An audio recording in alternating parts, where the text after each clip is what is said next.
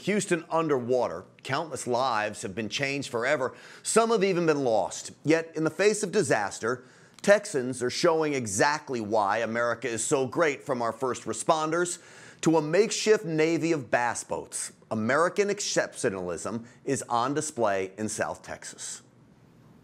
I love my country. I've always loved my country, but I didn't know my country. And I get out and I go everywhere I can. But I met my country this weekend, the last 3 days.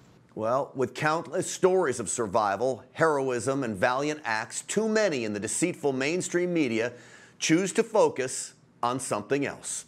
First Lady Melania Trump's heels. The Washington Post led the attacks, writing this: and for her trip to Texas, the First Lady offered up a fashion moment instead of an expression of empathy. How dare you, Washington Post?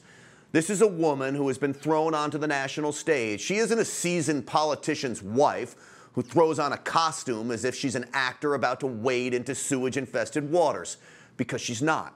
She's the First Lady, married to a president who doesn't play politics, married to a man the media despises. So instead of focusing on what really matters to our nation, the storm and its victims, just like the Post, the New York Times wastes more paper writing this: Melania Trump, off to Texas, finds herself on thin heels.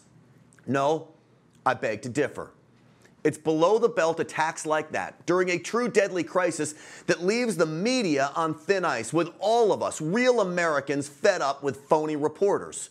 While we here at NRA TV focus on the Bayou Brigade in their flat-bottom boats, while we focus on first responders with flags on their shoulders, while we focus on victims with despair on their faces, the media focuses on Melania Trump with heels on her shoes.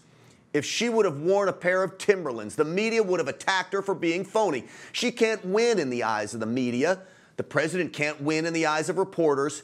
But what those reporters need to realize is that for patriotic Americans, our president is winning the media battle. He has exposed it for what it is: a propaganda machine working for liberal politicians trying to tear this country apart. So while Texans fight to save one another, reporters clamor to embarrass a First Lady.